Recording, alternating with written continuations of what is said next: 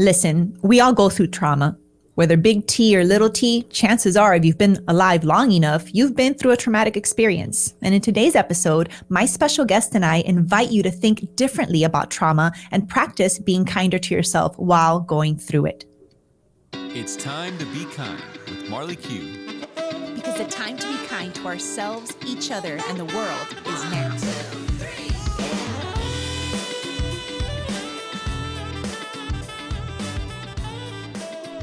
Welcome, friends. Thank you so much for making time to be kind with Marley Q and my special guest, Parker, today. She is a celebrity Parker. She's been here 3 times now. Dr. Eva Ritvo is one of my favorite Parkers. She's an international speaker, an author, and a highly sought after psychiatrist with more than 25 years of experience practicing in Miami Beach, Florida. She's also the co-founder of the Bold Beauty Project, which is a nonprofit that pairs women with disabilities with award-winning photographers and creates inspirational art shows all across America. And not only that, Eva is also the founder of the BeKindr global movement, which I am sporting the shirt. So if you're looking on YouTube, you just saw me doing that. If you're just listening, know that I'm wearing a beautiful BeKindr shirt. That is a nonprofit and a movement dedicated to fostering more kindness in the world by educating and empowering people to think more about kindness. Welcome back to the show, Eva. Thank you, Marley. It's always lovely to see you. Of course, I prefer in real life, but I guess we're living in a virtual world now, aren't we? We are, but we can do a virtual hug. If you hug yourself, we can get that oxytocin rush. Yes. Do. Yes, it is. So let's jump right into our conversation. For Parkers that may be listening or joining us for the first time, could you let us know what's a Parker? Sure. Well, a Parker is a person who performs an act of random kindness. And hopefully everybody who's listening is a Parker. And hopefully more people didn't know the term, but they'll start to see themselves in that way. Because the way we define kindness, it can be something incredibly simple, like smiling at somebody, holding a door open. When I walked home this afternoon from my luncheon, a lady was standing at the elevator and she said, "You look beautiful." I almost cried.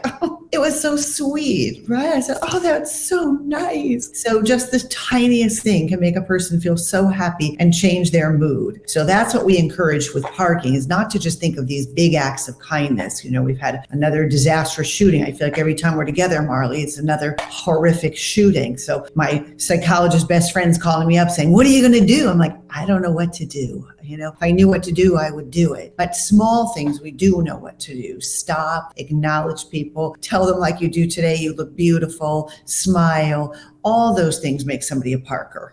Absolutely. You hit the nail on the head. That's exactly it. And the purpose of Time to Be Kind with Marley Q, and really all the work that I do as a speaker, as a leadership trainer, and a community builder, is all to really inspire and influence and unite more Parkers, right? People always say, "Oh, you know, when I tell them about my mission or that I'm a kindness influencer," it's like, "Oh, that's so nice. We should have more of you in the world." Okay. So I believe that, you know, I'm a kindness influencer, you are, and we are. And that's really how we can create a shift in this world that I believe we desperately need. You know, and for those of you listening, friends, I'm going to be linking in our show notes episode 1 and episode 3 of season 1 of Time to Be Kind with Marley Q, because Eva was really the spark. It was our first episode of this podcast was with you, and it was about overcoming self-doubt. Do you remember that? Sure. Sure. But what I remember more is our luncheon when we sat together, when you were not in this space and you were taking a little break and diving deep into motherhood. And I'm so proud to see you back out here and balancing all aspects. It's a hard transition to go from a single married professional, but without children, to now 2 active boys. And it's great that you're back out here doing this and trying to influence people. I think your mission has become more important over the years. It's very sad to say that, but it seems that with the pandemic and the stress that we're under, it's harder for people to be kind. They're more isolated. They're more suspicious of other people. And therefore, your mission, in my opinion, is far more important than it's ever been. I agree. Our mission, because it's yours too. It's yours too. I mean, we're both here, by the way, if you're not watching on YouTube, both Eva and I, we're twinsies today. We're both wearing our BeKindr shirt. How cute is that? Well, it's a reminder, you know, it's a reminder. And the book was written, I think, with a beautiful cover. Yay. Artist Anthony Liggins designed the artwork that's behind it. But the idea was to sort of keep it around and have this book around and remind yourself to be kinder, because kindness is something that that helps the recipient, but it also helps the person giving the kindness. When you say to somebody, gee, you look beautiful, and they light up, you light up. And so the smallest act helps not just them, but also you. So trying to remind yourself that these are hard times, they're challenging times. So we should be kinder to other people, and we also need to be kinder to ourselves. That's usually the answer to most most challenges I think that I've had in my life that I can point to. It's like a little bit more kindness towards myself would make that situation better. And you are a constant reminder of how simple it can be to support ourselves in our own self-care, right? Where self-care doesn't have to become this like to-do, but it's really more of who do I get to be, right? Someone that gets to be kind and caring towards yourself and your experience, And when we sat down on lunch that day,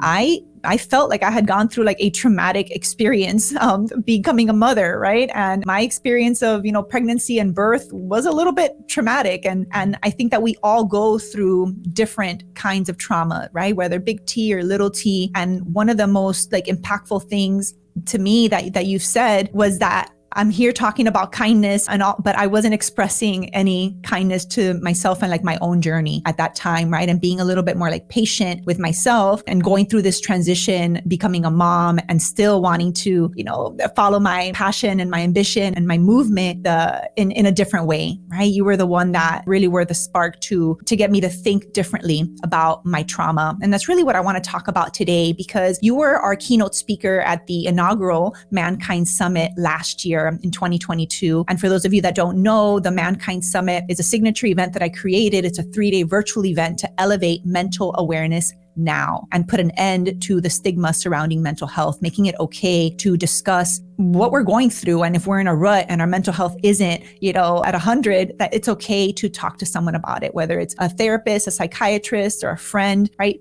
Being able to talk about it. And we created this event, which was a beautiful container where people came and were vulnerable and open, and you led an awesome session for us that to me was brand new information. And I think for so many others, I wanted to bring you back on the show and hopefully give people a different perspective about trauma and growth. Right? I actually want to share like the good news that you shared at this event was that 1/2 to 2/3 of people who experience trauma will actually grow as a result of that. Could you tell us a little bit more about this post-traumatic growth theory? Give us some good news about our trauma. Sure, but first let me explain the post-traumatic stress disorder, because most people have heard of that. And our brains are always wired to look for danger because that keeps us alive. So anytime there's danger, we're going to prioritize that information. If we hear something nice, we might remember it, we might not, but our life doesn't depend on it, so we're less likely to remember it. So most of you have heard of post-traumatic stress disorder, PTSD, and that certainly can occur when you're exposed to any kind of overwhelming stress, particularly if you feel like your life is at risk. But scientists have gone on to discover that the majority of people, practically 2/3 who experience a trauma, will not develop PTSD. And in fact, they develop post-traumatic growth syndrome.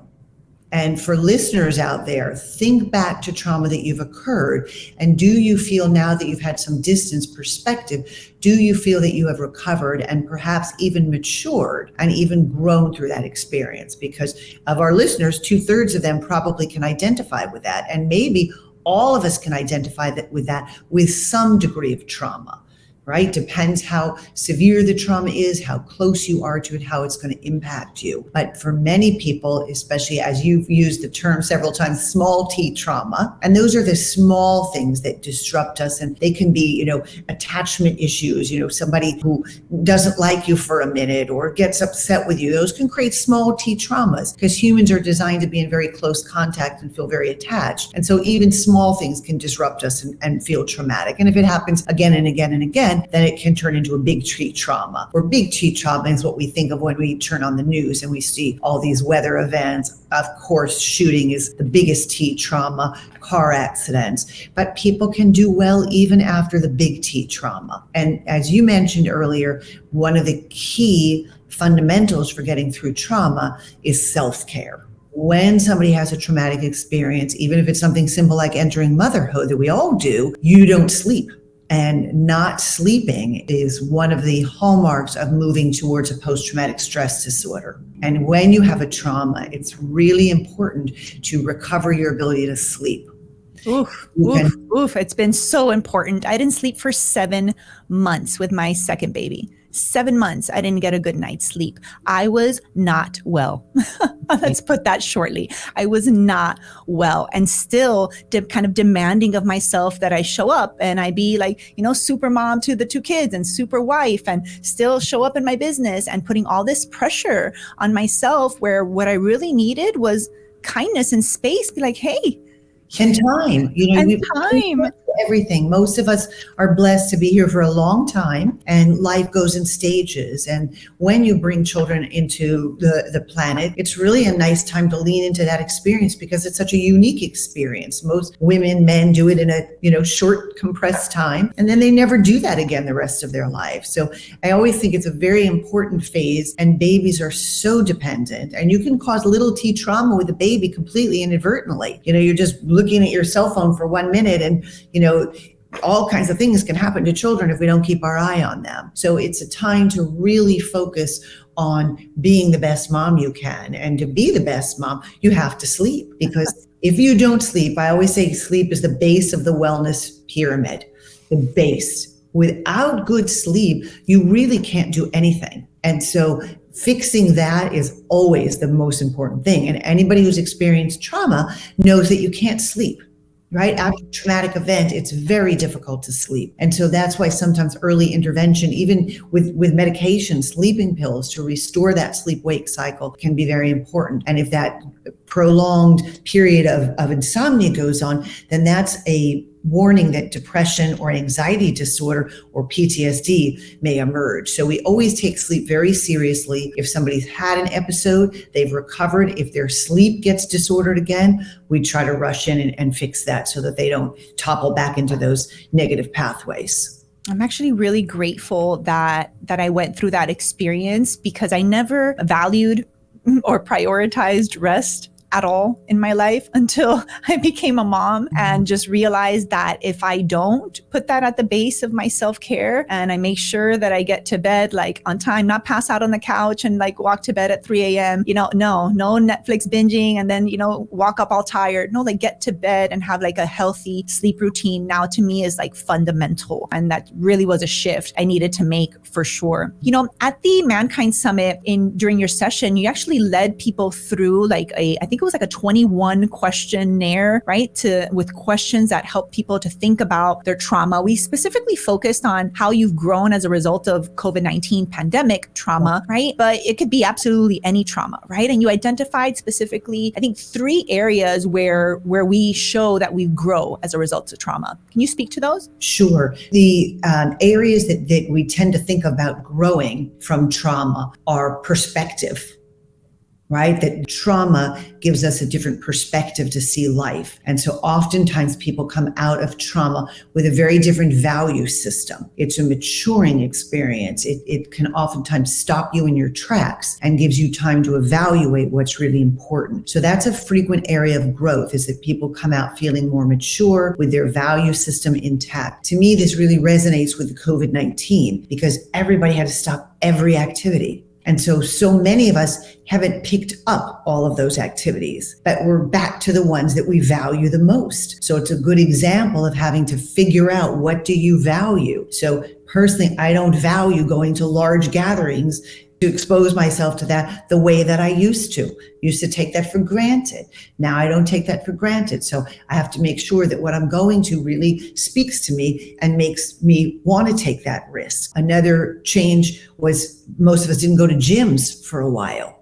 And then you have to decide exactly. You have to decide, where is your value system around that?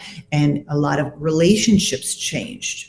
People couldn't get together as easily, so you had to make a real effort to get together. Many people prioritized their family when they hadn't necessarily prioritized their family. They might have prioritized friends, business, social activities before. So I think it's really important for every listener, You know, every listener's had a trauma because we all went through the pandemic together. So every listener can take a few minutes afterwards and think about how did their value system change from before the pandemic till now. And that's an area where you often see growth. Another area is, like we've talked about, self-care. So when you have a trauma, you're usually knocked off your feet, either psychologically or physically, and you have to rebuild. And so many people, we use this as a time to improve self-care. And we also call that self-love, right? And so figuring out, if you've been through something traumatic, how can you heal? For you with a motherhood, you clearly had to sleep. For some other people, it's not quite as obvious. For many people, they don't choose good nutrition. And so a trauma will be an opportunity for them to connect to their body in a different way and be able to say, wait, actually food is an opportunity to nourish my body. And how can I make choices that sustain a healthy body? And so that can be a very positive change. And another area that people oftentimes change after trauma is recreational drug use. And trying to be their optimal self and take a break from society. It can be a good time to stop drinking, a good time to stop using marijuana, or if you were using anything more serious. So you'll see a lot of people will emerge from trauma as part of their new value system, valuing their health, valuing their nutrition, what they put in their body, valuing their body more, that there's a real opportunity for growth there. Relationships also change with trauma. What most people find is that when there is a large trauma, some of your support system will back away and some of it will step up. And it's not always the ones that you expect. So again, you know, when you entered into motherhood, certain people probably helped you more than you expected, and others that you thought might be helpful, maybe they just didn't know what to do. They didn't know what to say. They backed away a little bit. So finding out who your support network is, finding out who you can really rely and trust is another opportunity for growth for trauma. And again, every listener altered their support system, I'm pretty sure, during this pandemic. And so you can think back to, you know, where did you invest your time and efforts in terms of relationships before the pandemic? What sustained you in whatever was your hardest part of the pandemic? For most people, that was the beginning part. For some, it was later if they got sick or they lost loved ones through this pandemic. But think about who nurtured and supported you and make sure that you appropriately value those relationships. Absolutely. And including yourself in that, right? So including yourself as your number one support system, right? Because not everybody has, you know, the privilege, for example, that I have of like my family, right? Both of my parents are still alive. My in-laws are still alive. My kids have both sets of grandparents. I didn't grow up with grandparents, right? So, and I know so many other people maybe don't grow up with their parents or grandparents not close, or siblings, right? And you have to rely on other people in your support system. But ultimately, I am responsible to support myself and my well-being, right? Like, and I take responsibility for that from the sense of I am able to respond to my needs through this trauma, right? Can you speak a little bit to how we can be kinder to ourselves while we're in the trauma, right? While we're going through it? Well, it can be very hard when you're in trauma because your brain might be in shock. Oftentimes with trauma, we're in shock for a while. And so it is hard to rely on yourself. And again, it depends how large the trauma is. So every time we see one of these huge disasters, you always see community rushing in. And that's really necessary in the early stages of trauma because you can't really think very well. And then after that initial shock, if you don't start to sleep, then it's also hard to think very well. So community support is very important in the initial phases of trauma. After that initial phase, then as adults, it is our responsibility to care for ourselves. As children, it is not. And that's the biggest difference between childhood and adulthood. And, you know, the transition from childhood to adulthood is gradual, but by a certain age, you know, hopefully we've transitioned and then, correct, we're responsible for ourselves. And it's very important to take the time to care for yourself. As kindness experts, we're all in favor of kindness, but kindness can go too far. The simple book that I use the simple example I use in this book is my nephew, who's such a kind, dear soul. And was a star baseball player in high school, and he wanted to go donate blood. So he donated, you know, his blood. And then the woman said to him, wow, you're such a strong guy. You know, would you be willing to stay and donate again? So my brother and my nephew called my sister, who's a doctor. She didn't pick up. So he said, sure. He didn't know he's a kind guy. So he donated again immediately. And then what happened is he went to the baseball field and of course was unwell and couldn't play. So he ended up letting his team down. And it's just a simple example how that was too much kindness. Or maybe not, maybe that second pint of blood saved somebody's life and it was the appropriate decision. But we always do have to take into equation ourselves. And then if we're not kind to ourselves, who are we going to let down the line? So his immediate, sure, I'll be kind, had a ripple effect that wasn't necessarily the effect that he wanted. And we always have to think about that because as adults, again, we have to be responsible for ourselves. We don't have to be responsible for other people unless they're our children. We may elect to because it makes us feel good and it makes them feel good, but we have to carefully weigh the costs and benefits. And we have to take care of ourselves because no one else can step in and do that. You may have a lovely husband at home who, if you're sick, can bring you soup, but at the end of the day, it's you who has to know you feel unwell and you need to call your doctor. Or it's you who says, well, I know this isn't that serious, but I know that if I rest, I'll be fine. So it's really important to know yourself, know how you can feel optimal, and then work to achieve that. And for everybody, it's different.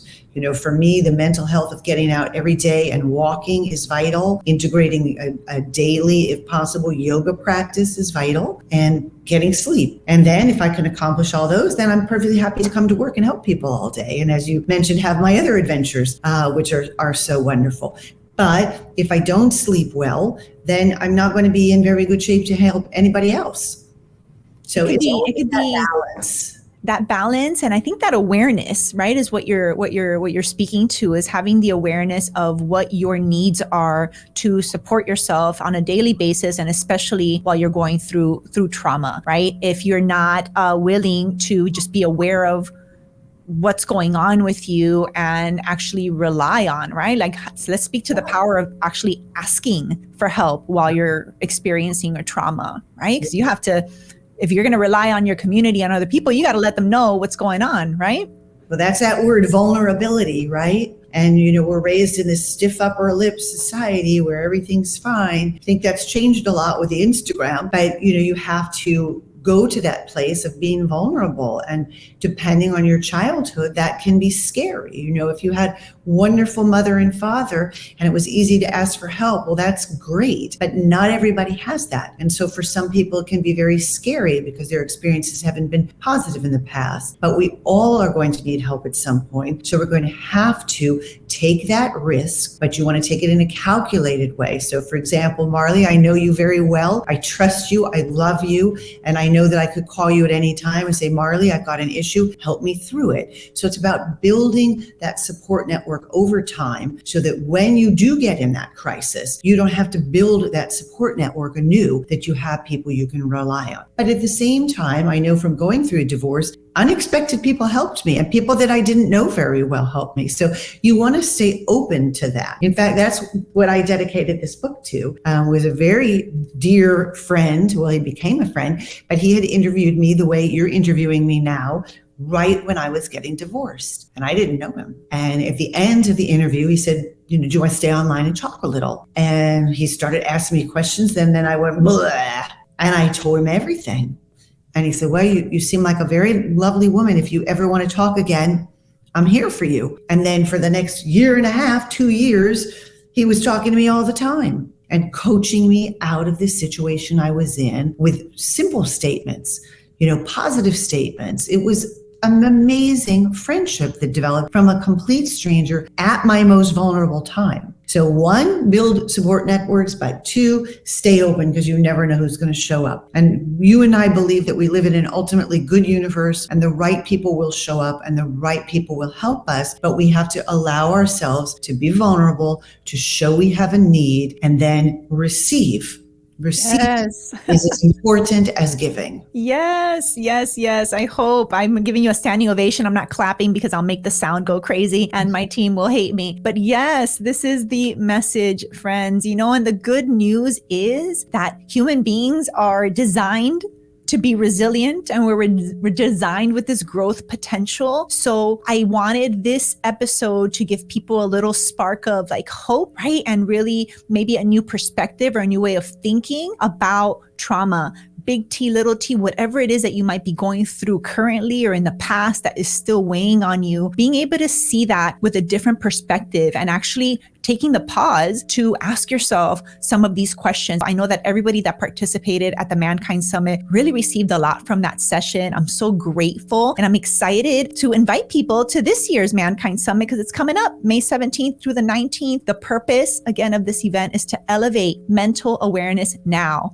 If you didn't catch that, that's an acronym, by the way. MAN in the Mankind Summit stands for mental awareness now, because I believe that sometimes all we need is this little spark to elevate our mental awareness now so that we can actually take stock of how we're feeling, how we're doing, what we need in order to support ourselves through trauma or through everyday life, right? That isn't easy for any of us. Right. And now, just to remind everybody, is that's all we have.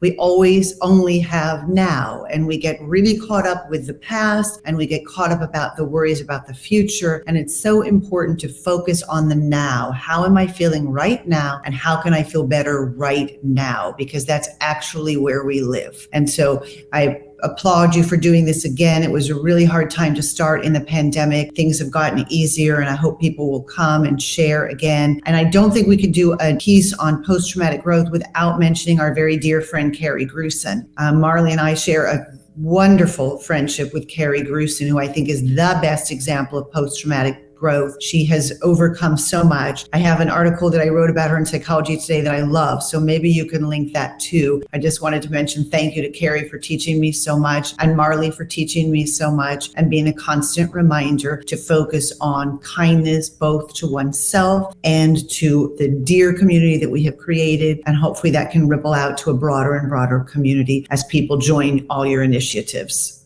Oh, my goodness. Thank you.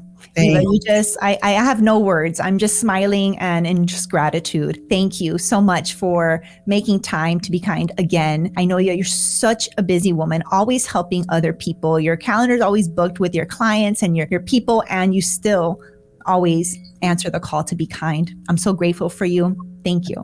Well, I always want to answer your call. And I will say that my daughter this year has gotten me for 2023 to schedule in my yoga so that I'm actually taking care of myself as I try to take care of other people. So thank you to my daughter for helping me make that change, and hope listeners out there also will know to prioritize themselves, whether it comes to sleep, nutrition, exercise, avoiding toxins, being around people that you love, listening to stimulating podcasts, choosing wisely so that you can have your optimal life. Yes, I love it. Thank you for being part of my kind crew. I hope that you will answer the call next time when I invite you again, because I know there's so much more that we can talk about. Always look forward to it, Marley. Thank you so much. And thank you, listeners. Wishing you a life filled with kindness. I hope you enjoyed this episode as much as I did. I'm still smiling, and I just can't wait to have Dr. Eva Ritvo back on our show. If you are interested in learning more and connecting with her directly, all you need to do is visit marleyq.com/this episode number. And make sure while you're there to click the link to register for our second annual Mankind Summit. You and your team at work or your family, you don't want to miss this. It is a one-of-a-kind experience, a 3-day virtual event where we're going to elevate our mental awareness now and really take home practical tips, practical practices that we can actually implement into our life to elevate our wellness on a daily basis. Thank you for making this time with me today. See you next time.